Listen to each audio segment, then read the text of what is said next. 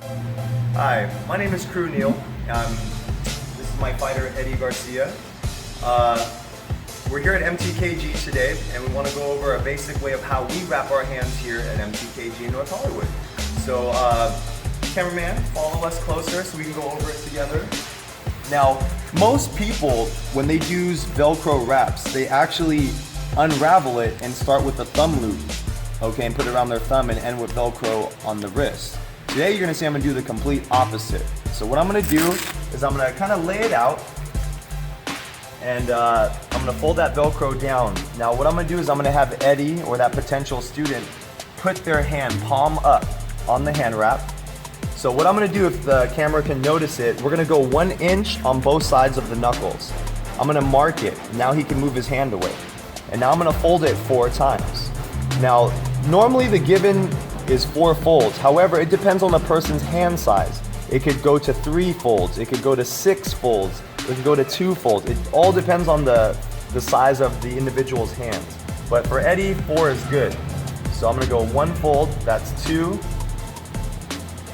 that's 3, and that's 4.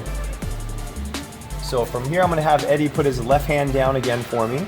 So I'm gonna put his hand a little bit more towards the end, and this pinky line right here must be above or the same line as the hand wrap. What I'm gonna do is I'm gonna put that right there. Eddie's gonna grab that with his thumb. I'm gonna pull the tension tight on the hand wrap. As I do that, he's gonna flip his hand over and he's gonna make that tuck in for me. Now he can let it go. Now I'm gonna go over his hand 1 time. He can pick his hand up, and look at that, it's not even sliding, okay? So what I'm gonna do is I'm gonna go once around his knuckles. I'm gonna go to what I call the wrist bone. So I'm gonna go here, I'm gonna go all the way around, I'm gonna go up his arm halfway, back down to the wrist bone. Now from here, I'm gonna go around the knuckle of his thumb, all the way around to the wrist bone. I'm gonna do 1 more time around the thumb, and then the wrist bone. You will now see me do a big X. Now if you can see this, I'm gonna come up to the top of the knuckles here, going to both sides. Now the reason why that's important is because it keeps the padding nice and neat. But you can see I made a huge X here, all right? Now I'll repeat and do a little X is what I call it. I'll go in between his pinky and ring finger. He's gonna make a fist, and then he's gonna open it up.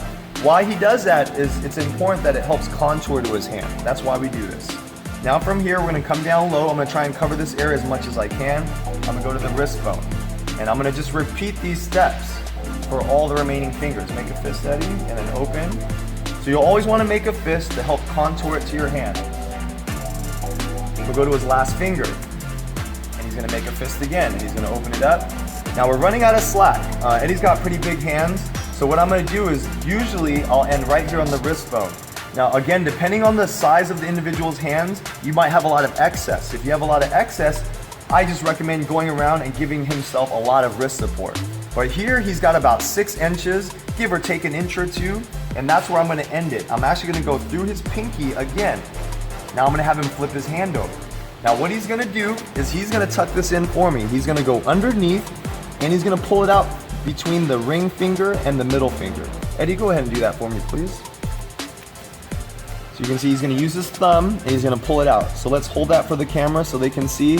So he came out through the ring finger and the middle finger. Now he's gonna go underneath, and he's gonna come out between the middle finger and the index finger. And let's hold it out there so they can see. So he came in through the middle finger, index finger. He's gonna do that 1 more time through the same hole. Same hole, Andy, same hole.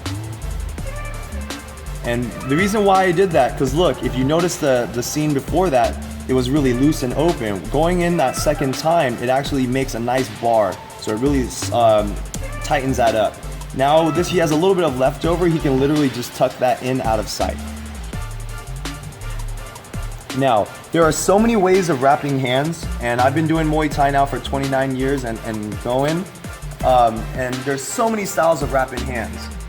However, throughout my years of doing this, I've never found a better way than wrapping it this way. I wrap all my professionals, fighters' hands this way.